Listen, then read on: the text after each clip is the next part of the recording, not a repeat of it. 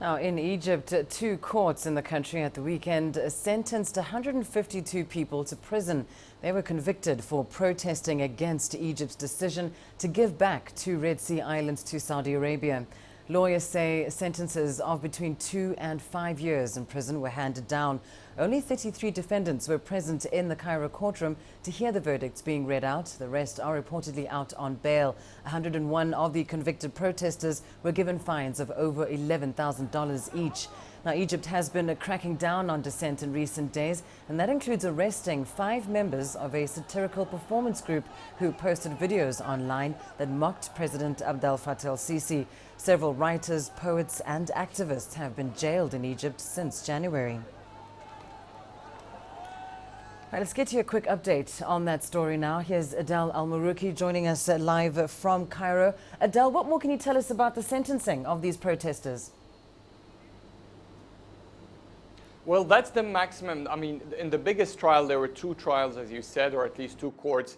Different courts have sentenced the 152 Egyptians. The first sentenced 51 Egyptians to 2 years in prison. The other sentenced 101 protesters to 5 years in prison, which is the maximum sentence or stated by the protest law that was developed back in 2013 after ousting Morsi, and under the leadership of the interim president Adli Mansour.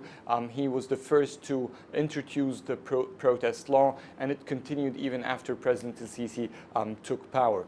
That's the maximum sentence, as I said earlier, £100,000 or around $10,000 or $11,000, as you said, which is a big fine for regular Egyptians in general. That's years of pay according to the average official salaries of most employees. So it's a harsh sentence. It has been criticized by some youth political powers.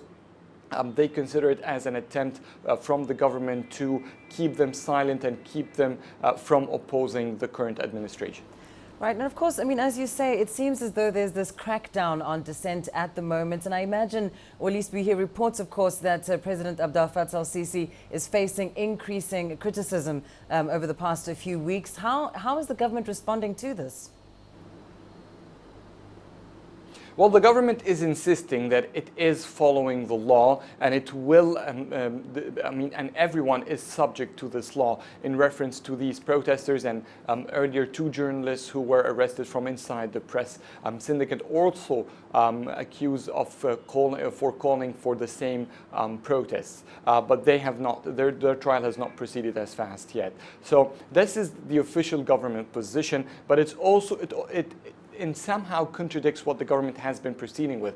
On the 15th of April, right after the islands deal were announced, protesters took the street. Hundreds, around 250 were arrested, and almost all of them have been released just the next day. So that's one protest. The other one is also, it was on the 25th of April, calling for the same or standing against the administration, particularly for the islands deal. But this time, when protesters were arrested, they were not let go. So it seemed that the government was letting the first protest to go easily, but as slogans like "Down with the military rule," a very popular slogan that was first raised in 2011 in Tahrir Square, and afterwards had forced Hosni Mubarak or ousted him from power, and then later on it was called once again in 2013 against Mohamed Morsi, and here it is being raised once again. So it seems that might be the main concern for the authorities. Well, let's hope history is not repeating itself. Thanks very much, Abdel Al-Marouki, live for us there in Cairo.